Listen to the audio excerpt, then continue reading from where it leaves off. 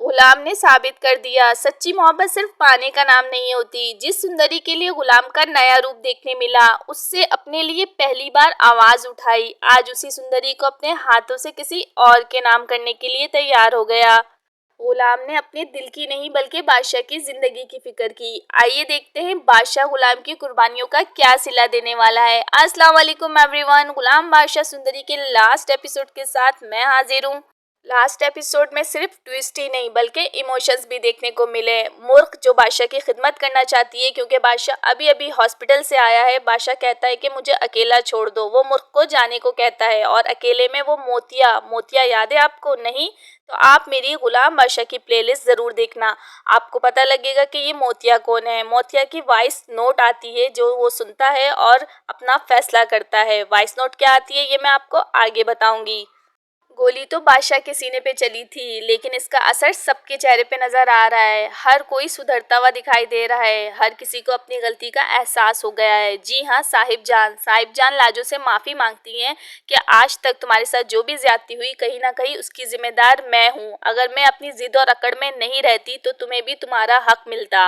और लाजो लाजो अपना दिल बड़ा करके फौरन से माफ कर देती है साहिब जान को। दोनों गले लगती हैं और इनके बीच सब कुछ ठीक हो जाता है।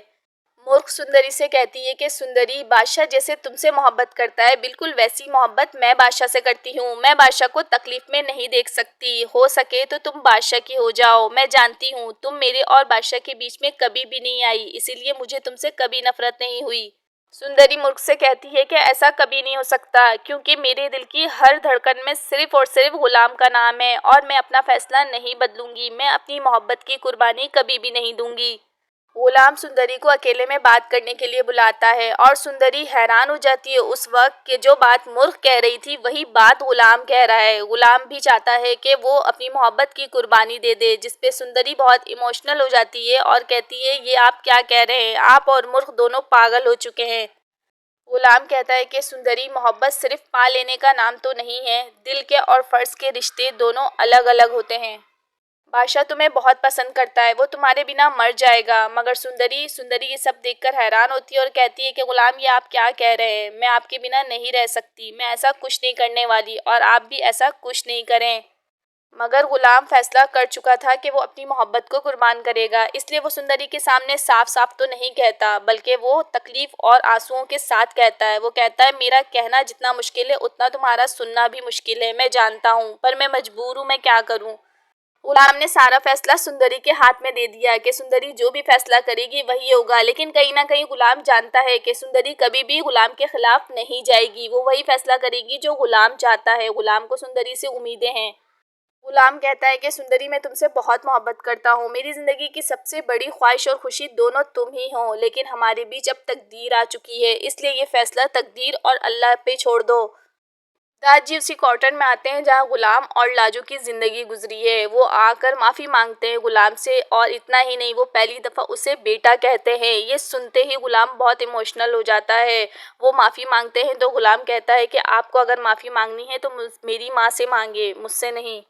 लाजो कहती है नहीं नहीं सरकार, आप माफ़ी क्यों मांगेंगे, आपका तो एहसान है हम पर। जिस पर दादी कहते हैं कि एहसान इतना बड़ा नहीं था लाजो, जितनी बड़ी कीमत तुमने चुकाई है। और वो गुलाम को गुलाम मीर अली कहकर पुकारते हैं। इतना ही नहीं, वो गुलाम से कहते हैं आओ बेटा मेरे गले लग जाओ।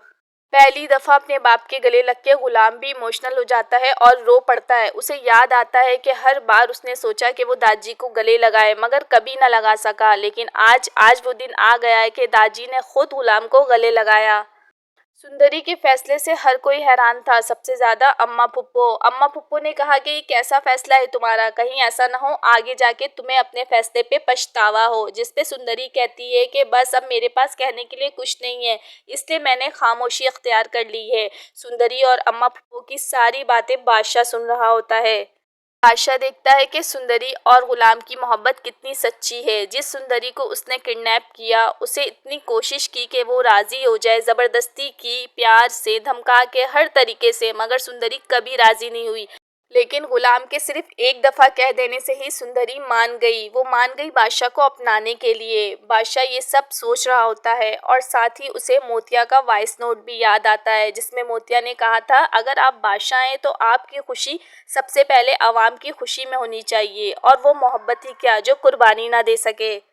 और फिर आखिर में वो लास्ट सीन आ गया जिसका फैंस को बहुत बेसब्री से इंतजार था। बादशाह और सुंदरी एक साथ बैठे होते हैं, निकाह की तैयारी होती है, जिसपे दादी कहते हैं अब निकाह शुरू करवाया जाए, जिसपे बादशाह एक बहुत बड़ा ट्विस्ट लेता है अपने फैसले के साथ। वो कहता है कि ये निकाह नहीं हो सकता। बादशाह गुलाम के पास जाता है और गुलाम को लेकर आता है, सुंदरी के पास बिठाता है और कहता है कि तेरी और सुंदरी की मोहब्बत सच्ची थी, मेरी तो सिर्फ एक जिद थी, तू जीत चुका है और तेरा और सुंदरी का निकाह होगा। बादशाह के फैसले से गुलाम की आंखों में आंसू आ जाते हैं। सुंदरी भी खुश होती है और बाकी सब घर वाले भी। दादी कहते हैं अब इस हवेली में कभी किसी पर जुल्म नहीं होगा। बादशाह का फैसला दास जी को भी मंजूर होता है।